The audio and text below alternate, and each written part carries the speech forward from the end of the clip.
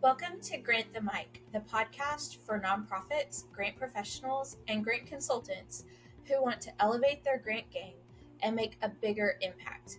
I'm your host, Allison Boyd, founder of Boyd Grants and the Boyd Grants Academy.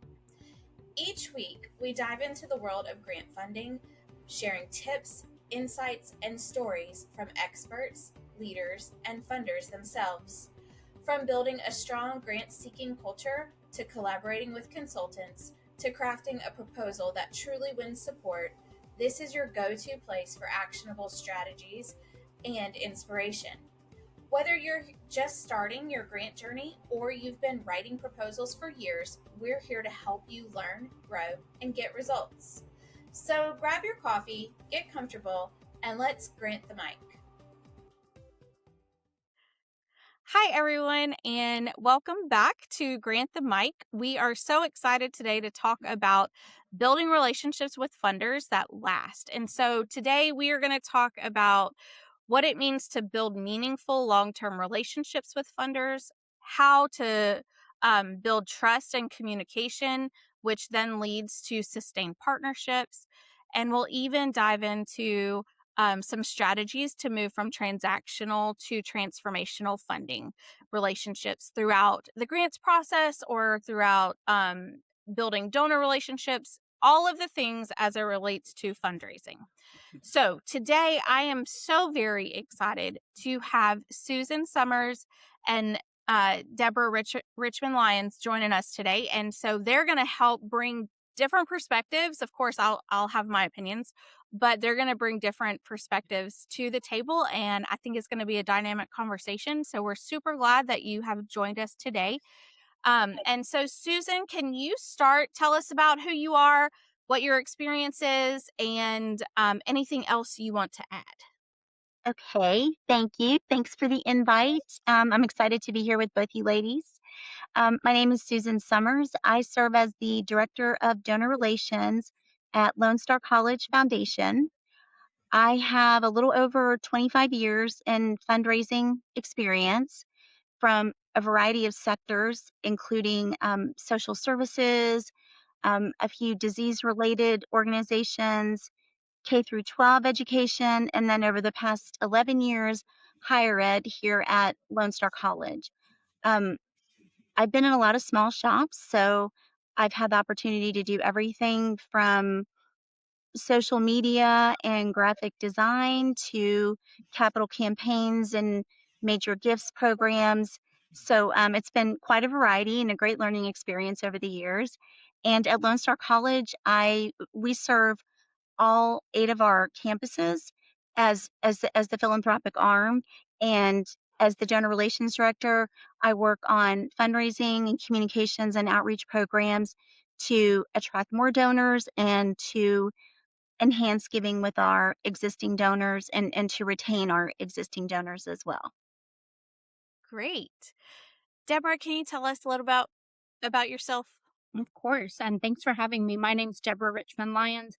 I am the Director of Philanthropy for St. Luke's Foundation, which serves St. Luke's, the Woodlands, and St. Luke's Vintage here in North Houston and Montgomery counties. My philanthropic journey started almost 18 years ago, which is hard to believe. Similar to Susan, worked in a variety of shops, and I've had a chance to do everything from events to grant writing to capital campaigns to annual fund. So a little bit of everything, and really just excited to talk today about building these relationships, because that's really what fundraising is, right? It's about building relationships with our donors. Okay, so in that vein, what do you think, why do you think relationships are so critical? I mean, I think, that's who we are as human beings, and especially as women, right?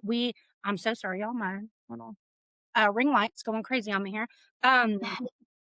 So that's who we are as women, right? We are relationship builders, and people want to give to people that they trust. They want to know that your nonprofit is going to be there to see the work through, and they can't know that until they get to know you. So I think just building those relationships, it builds a bigger breadth and depth of giving for our donors, but also for our ministries, for our organizations. Mm-hmm. Definitely. I agree with Deborah. Absolutely. 100%. All different types of funders, whether they're grant making organizations or other foundations or individuals, corporations, they have such a variety of organizations to fund. And every bit of giving at any level is based on an emotion. It starts with an emotion. Something has moved them. And I think that's why I love donor relations so much, because I'm fascinated that all different types of people still choose to actually give money away. 25 years later, it never escapes me that people make a choice to give up this valuable resource that they have likely worked very hard for. And that's the beauty of being in fundraising, because I'm sure you guys have heard it too. When you tell people you're just getting to know that you're in fundraising, the immediate reaction is always like, ew, I could never ask people for money. Yep. And I'm like, we're not like under a bridge with a hat. There's strategy, there's relationship building, there's all these things involved. And the beauty of it is connecting people who can and want to help with people who need and want to, efficiently utilize that help, all for the greater good. So with all of this emotion behind it and all of these things in place, just the relationships are very important. They have to trust you. They have to know you. They have to identify with what's important to you as an organization. Um, and, recently I've had the opportunity to be on a grant making board of directors for the first time in my life, which was really crazy, giving it away instead of asking for it. But it's all the same. It's all the same. We all want and strive for transparency, communication, and feeling like we have a say in making a good positive impact on the world with the work that we're doing, no matter which side that we're on. So, I serve in a different role because I run an organization that we help support the writing of grants for nonprofits to apply for foundation grants or state, local, federal government. So I don't really have to build relationships with funders anymore, but back in the day, I did, and it was a lot. And I am. You two know this, but most of the world might not know this. But I'm probably one of the most introverted persons that I know. Right? Public speaking, not my favorite thing to do. Let me talk about grants all day long. I can public speak all day long. Right. However, just asking people those awkward, like, icebreaker questions and picking up the phone. I remember being 22-ish and having to pick up the phone and call a funder and being like, hi, I'm with blah, blah, blah, and this is what we do. And we're looking at applying for a grant and through your organization. And I just remember I stewed over that conversation for weeks before I actually did it. And like the deadline kept approaching, and I was like, I haven't made this call yet. And it was terrifying. So, have y'all ever experienced that on both sides? Like where you've had to talk to a funder or a donor, or had to call a person who applied and been like, tell me a little bit more because I'm a little bit confused or whatever. Absolutely. I mean, and Allison, I think you hit the nail on the head, right? Sometimes we think of foundations as just these big organizations that give out money, but ultimately it's people, right? We're working Uh-huh. with people, and that's Uh-huh. where the relationship comes in. And so it's just calling them up and talking to them. Yeah, I mean, everything. I'm sure Susan can agree with this as well. From hey, we're actually not going to do the project that we applied for. Right? That's a big Yeah. one. To Yeah. your point, hey, you've got this application. I've read it 4 times. And especially when it's something like, hey, this your instructions don't quite line up. What is it exactly you want me to do? Right. But also Yep. saving ourselves time, as Susan mentioned, small shops. Most of my career has also been in small shops. So, you know, we want to apply for everything, but obviously we can't apply for everything. So Right. finding those that are most in line with our mission, with what we're doing with our projects, so that we have the best chance of getting funded and getting an ROI on our work, but also that we're not wasting that organization's time by Mhm. submitting a project that just doesn't match what they want to do. That is so important, and it goes back to transparency on both sides. Yeah. Right. So whether you're the organization seeking funding, like you just said, you want to utilize everyone's time efficiently, or now the project has changed. Mhm. You know, uh, both sides just, the transparency, the communication, not being afraid to sound a little challenging and in a proactive way. That is, that's very, very important. Um, and so I'm probably visiting this more from the standpoint of working with donors. I work with a lot of corporate donors, but a lot of them have foundations for their giving. And so even though the relationship is there, a lot of times once we're knee deep in the relationship, then I'll hear from them and say, hey, you need to do this grant application to our foundation. Mhm. They're kind of feeling us out for a while before I even know that we have to take that step. Um, and so, but going back to your other point, Allison, about you said you're an introvert. Um, and I still find that hard to believe because you're so chatty, and I just love chatting with you. But you don't have to be, a professional speaker or an Mhm. MC, or you just have to be able to speak from the heart. And in fact, I think the most important thing and something that is often missing is just being a good listener. My most productive meetings with donors is where I do more listening. Just ask them a few key questions and I really learn about what's motivating them. Maybe I hear something about how they put themselves through college. They showed up at university of whatever and wherever with $100 in their pockets and they were hungry. Well, I might come to them later and talk about them contributing to our meal voucher program because Mhm. that just hits, they remember being hungry and trying to study and how hard that was. And so just listening, getting to know people, really actively listening and getting to know them so I, I don't think you necessarily need to be an introvert or need to be an extrovert, but I think you need to enjoy getting to know people because I love that. To me, people are like, it's like a zoo. Like, what makes you tick? I want to watch you. I want to, you know, and that's what I like to hear. I love to hear from people that want to give. What motivates you to do this? Whether it's big or small or in between, what motivates you to do this? And how can we make this rewarding and impactful for you? I think it's important also to remember, and I think you both have said it already, that the people that you deal with when you are the one who's calling the funder or the donor, whoever, you're dealing, whether it's for a whole foundation or a corporation, you're Mhm. still dealing with an individual person, right? Mhm. And so, yes, you want the information that you might need for the organization as a whole, but you're still having to deal with the person. I will never forget, recently, I just did a presentation to a foundation for all of their potential grantees that had to apply, but they had to attend the training so they could apply. Mhm. Well, of course, all these really beautiful conversations happen after you give your presentation because now you're friends with everyone and you've told Right. them all the great steps and stuff.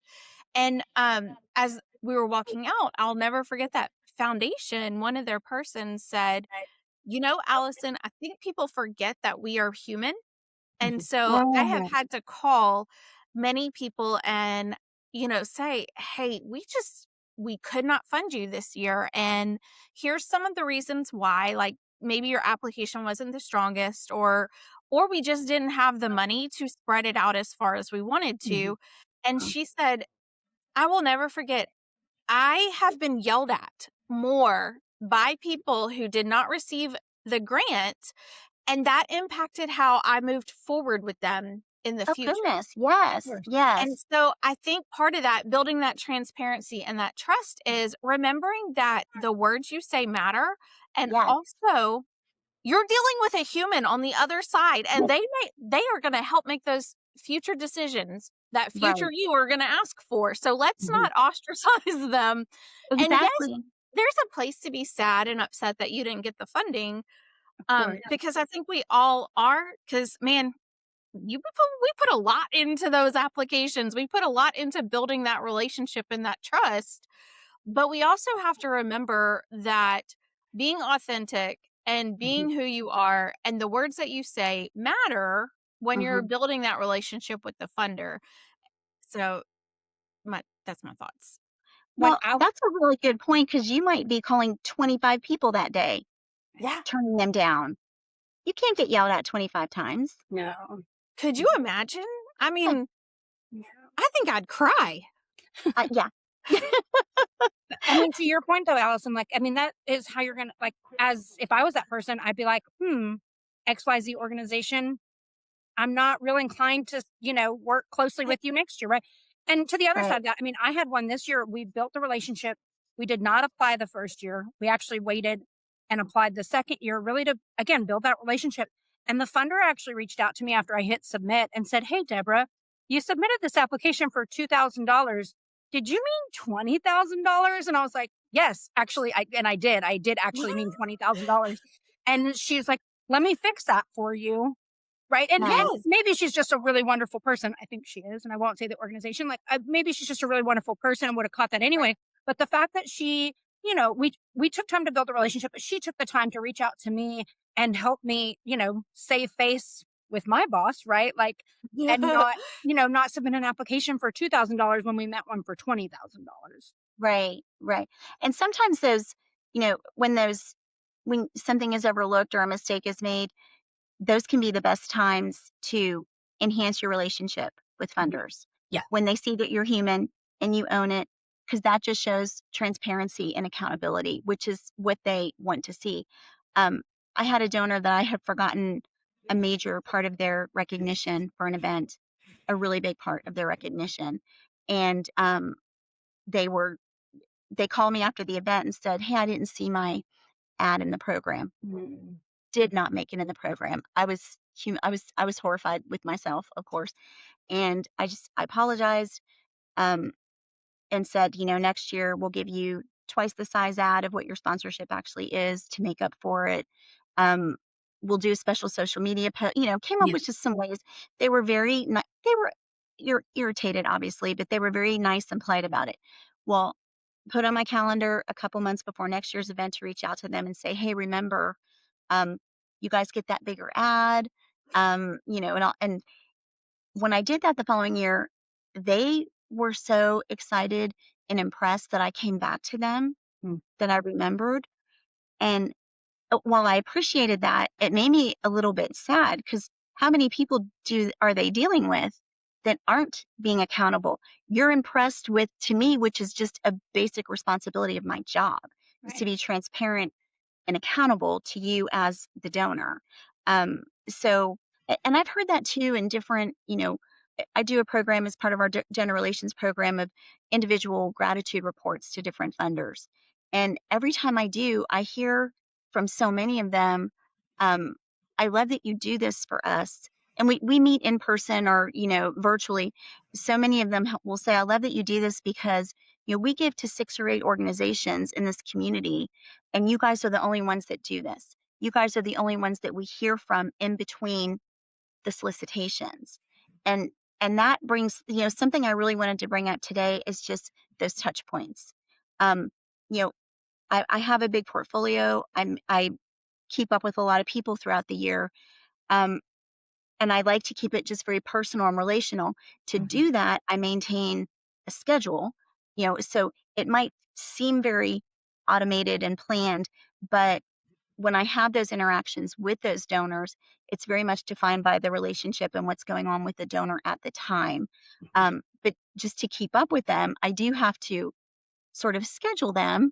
Um, I mean, I do, but again, once the interaction happens, it's much more personalized. And I just think that that is really, really important. If the last time you talked to a funder is when you asked them for money last time, I think you have to really rethink how you're spending your time, because going back to the small shops and even in bigger shops, you can get pulled into so many other things, other than just spending the day getting on the phone or going, visiting people, dropping off, we drop off golf balls, or you know what I mean, just whatever whatever we have extras of at the time. That's important to say, "You know what, I'm going to get out of here today and I'm just going to go drop off little notes for people," or "I'm going to get on the phone today and just say, hey, how are you doing, how was your holiday, or how's your summer?" Because they need to have that interaction Mhm. that's not just based on, "Hey, I need this from you today."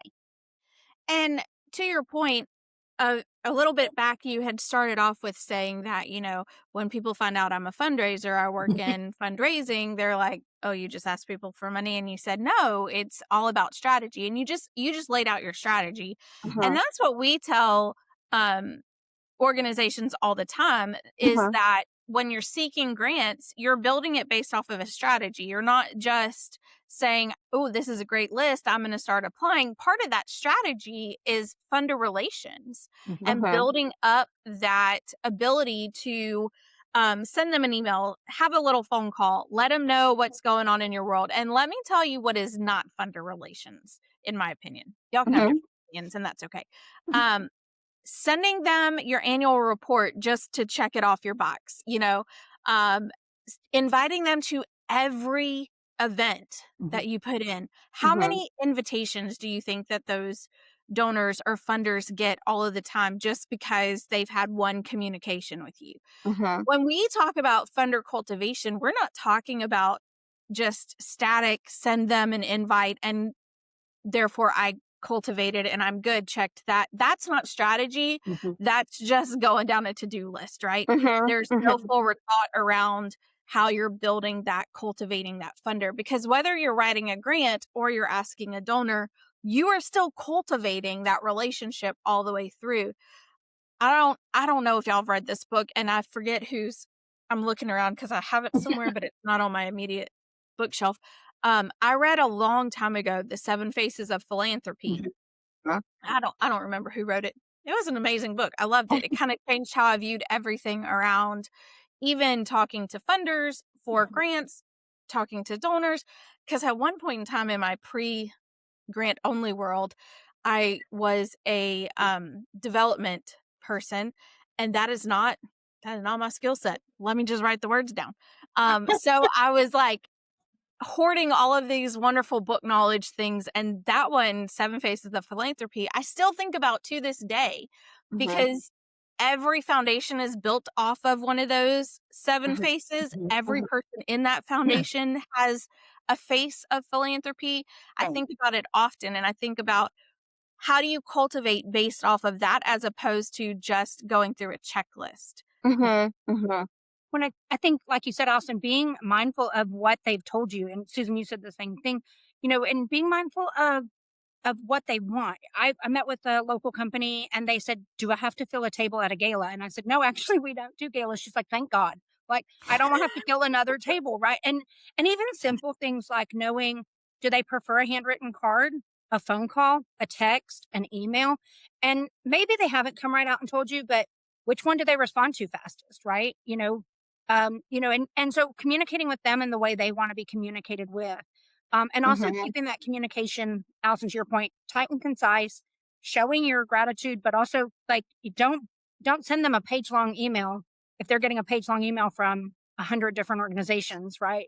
Keep it concise, keep it to the point. What are you trying to accomplish? Like, I had that this morning. I actually texted someone at a foundation because I said, hey, you told me it was going towards mammogram upgrades, but the letter says cardiology. We can use it either way. We're happy. We're so grateful. What do you want? I need an answer. Where do I put this check? And so, but I ended up texting my contact because I know she'll get back. I know that's how she's going to answer me fastest, but also I know that that's kind of the easiest way for her. And she did in 20 minutes. She said, call the secretary. She's got the meeting notes. She'll tell you which one. I said, that's great. That's all I need to know. Thank you so much. Right. But communicating with them in the way they want to be communicated with, I think speaks volumes. And that's true, Susan, like you said, not only for our foundation donors or our corporate donors, but our individual donors as well, right? Absolutely. Absolutely. Would you have ever thought, 5-7 years ago, I would have never thought I would be texting with donors, right? It just seemed like way too personal. And even now, sometimes I'm like, oh, should I text them? And then I'm like, their cell phone is in the database, and they usually end up saying, oh, thank you for texting me. This is getting to me a lot faster, you know? But going back to what you were saying too, just getting to know, and now obviously with grant applications, there's very specific information, that they want, but you could end up building relationships with other people connected to that funder before you actually are invited. Because, you don't just You don't get to just apply for everything. I mean, sometimes you have to be invited. And so, um, you know, learning what resonates with that organization or that donor. I've got some donors, if we get a student thank you letter where they're saying like, oh my gosh, I got a $10 an hour raise at this mechanic shop because of tools that y'all got donated for me. And so, now I can afford to, afford an apartment. And, some of those heartstring stories of success, like I have a slew of donors that I know they're going to want to see. I'll just send a little caption from that thank you letter. Just wanted you to see this because I know this means a lot to you. Some of them, they don't want to hear any of that. They want to hear the numbers. Yep. They want to hear because they were trained in a certain profession. We were able to hire this many more within their service area, which added X amount to the economy, this year. I mean, it's just a matter of, do they want the statistics? Do they want the stories? Do they want a little bit of both? Right. I usually, when I first get to know donors, I sprinkle a little bit of everything to see what makes them light up. And then I try to, go along those lines. But, and that goes back to something else you said, Allison, sending them an annual report, that's not a touch point. That's what we should be doing, right? That is absolutely not a touch point. Sending, sending a handwritten note along with the report and maybe a photo of them from a recent event.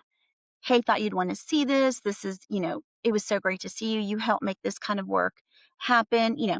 That, depending on the situation, could be more of a touch point. So it's just also specific for each donor. There's not just this checklist of things that you can go through each week and say, okay, I've done my donor relations, I've done my relationship building.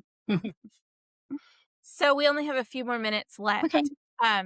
Which always amazes me because it goes so fast.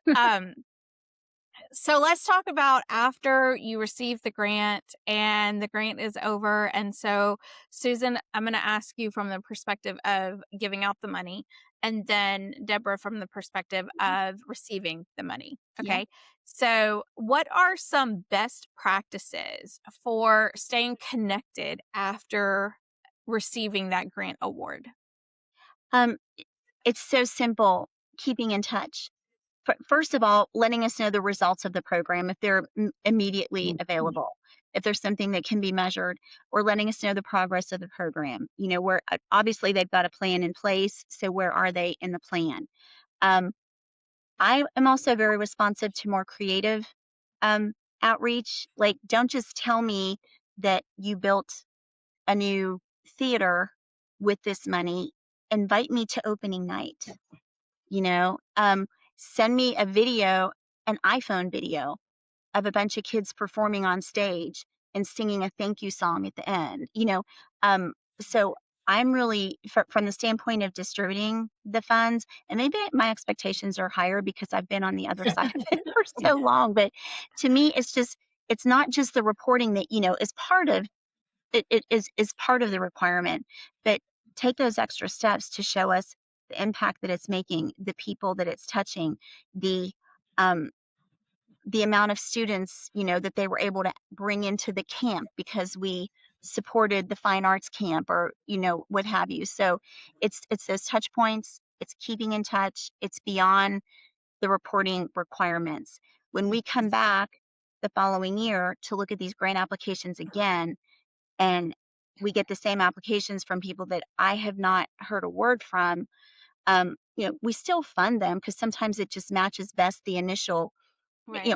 But I'm a lot happier about, as a board member, making those decisions to fund them if there's really been an effort at not just the basic reporting that's a requirement, but a little extended effort just to show us the impact that funding has had. That's good. And I mean, I would agree. I think getting creative, right? To Susan's point, who got the scholarship? We have a nursing scholarship at the hospital. It's now written in the rules. If you get this, you have to do a thank you note. Doesn't have to be anything fancy, but a thank you note. And I try to remind myself, the donor doesn't really always want to hear from me, right? They know why I'm there, right? I'm the fundraiser. They know what I do, but they want to see the impact. And so to Susan's point, bring them out. We put NICU cameras in our NICU. That's really hard. You can't get people into the NICU, right?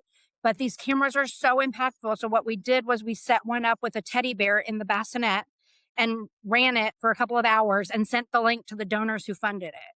Right. So they can see how these That's cameras really work. cool. We took some pictures, but getting creative, thinking outside the box. I love the idea of just a quick video on the camera. It doesn't have to be, or on the phone. It doesn't have to be anything super polished, right? It needs to be nice, right? But it can be quick. It can be inexpensive. It just needs to be done well. But getting outside the box. And then, of course, if you've got a donor over long time, right, you might think about compiling, kind of I almost hate to say it, but a coffee table book that shows the progress over 20 years, right? Exactly. But just again, kind of getting out of just a thank you note or a thank you call. And if that's all I've got, then I also think about who else in the organization could do that for me, right?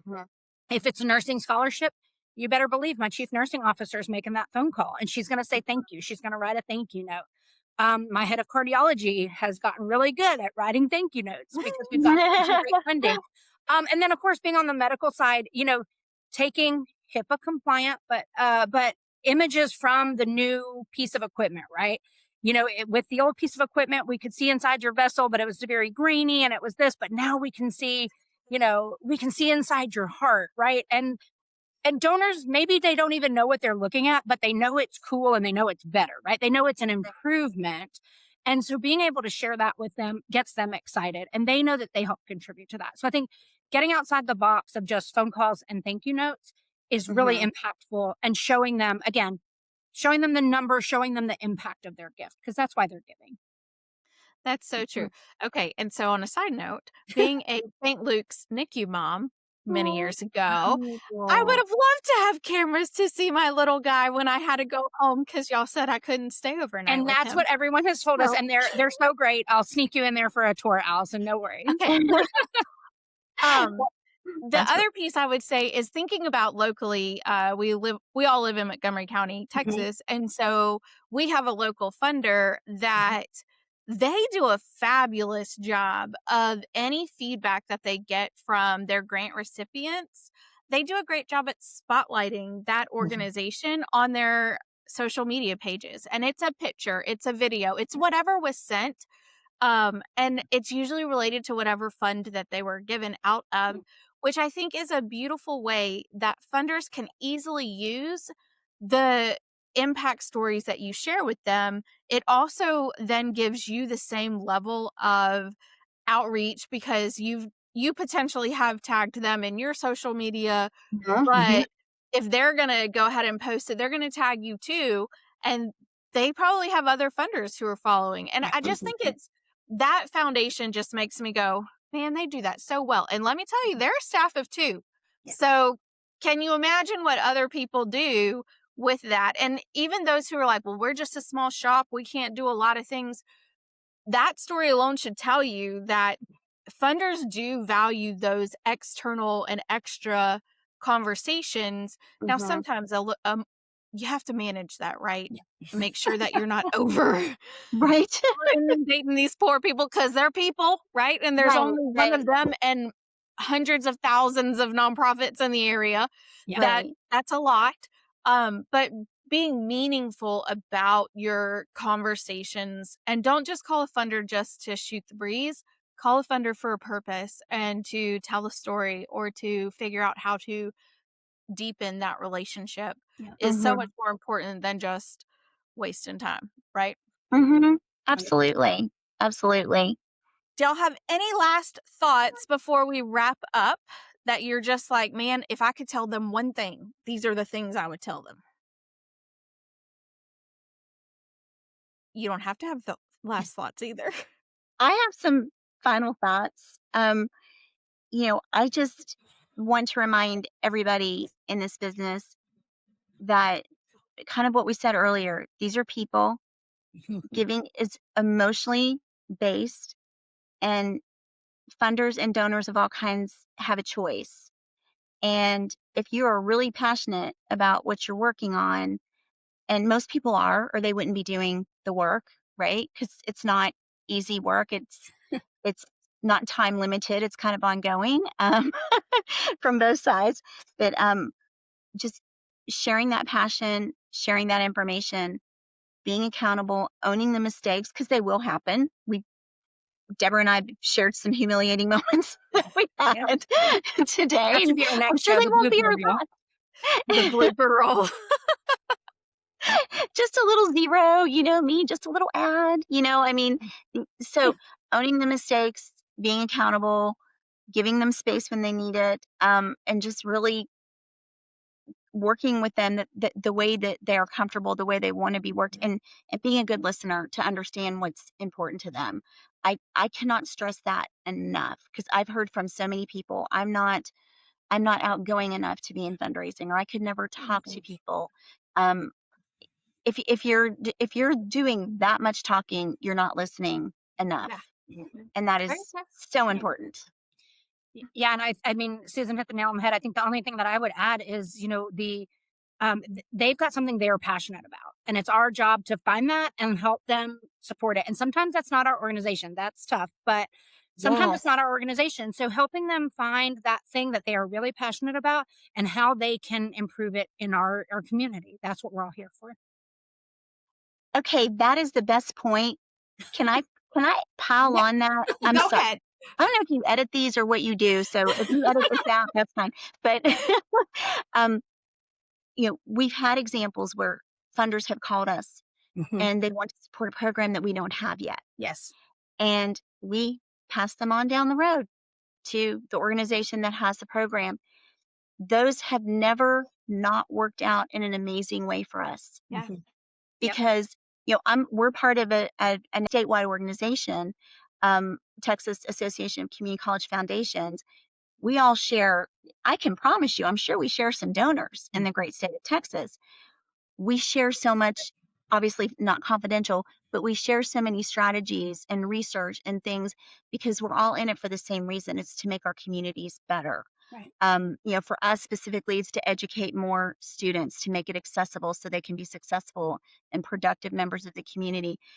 I have never, ever had an experience where when we passed along a donor to the person who could meet their philanthropic needs better, it didn't come back to us in some form or fashion.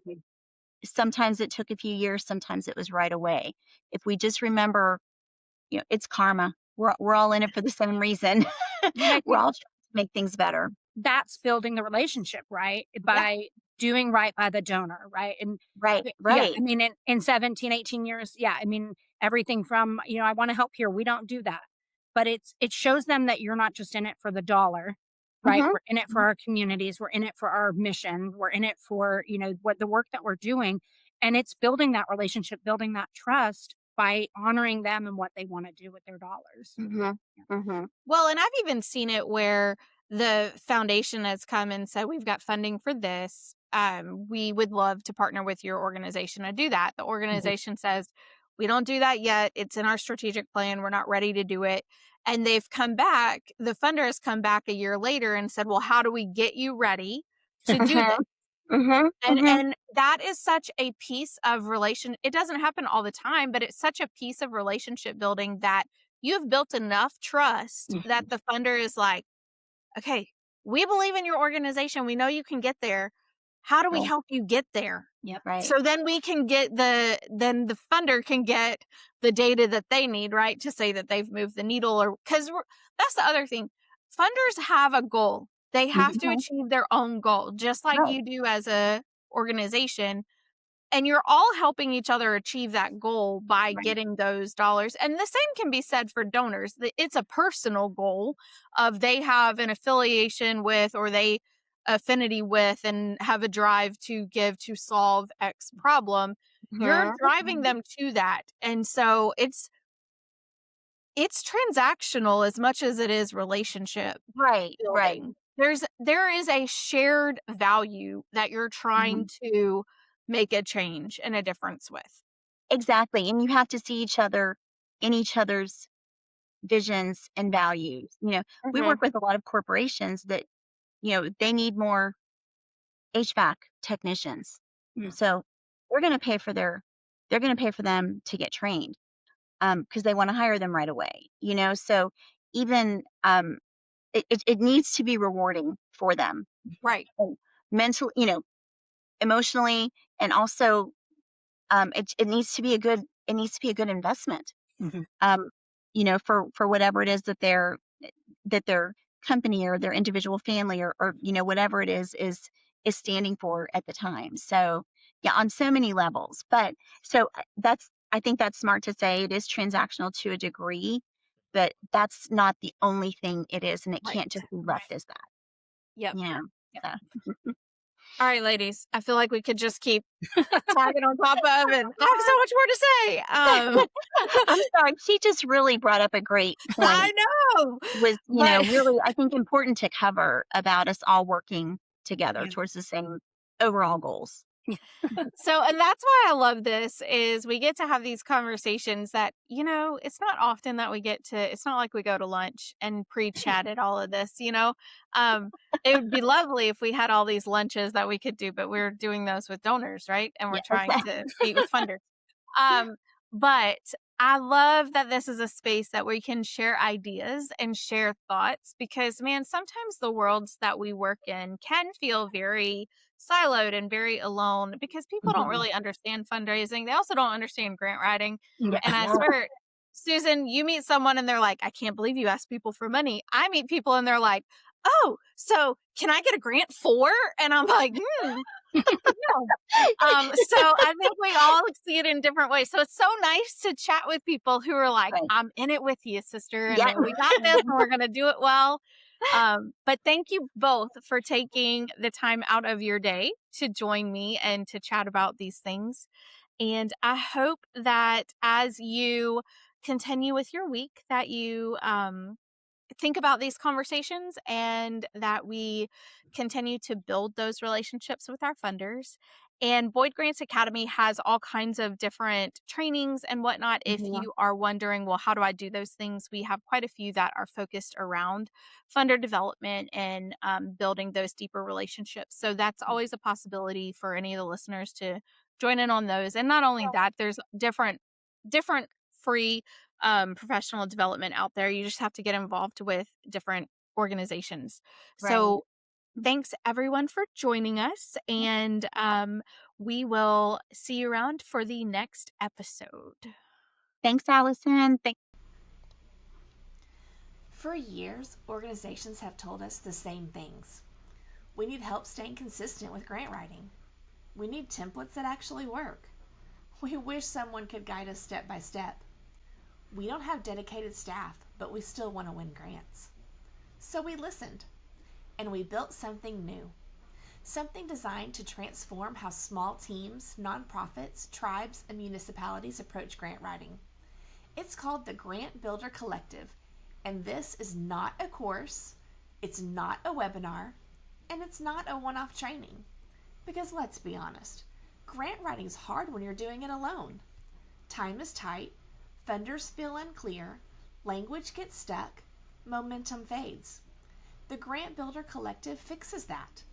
Inside, you'll get guided co-working sessions, proven templates for every section of a proposal, expert support when questions come up, and a community that truly understands this work. This isn't just a membership.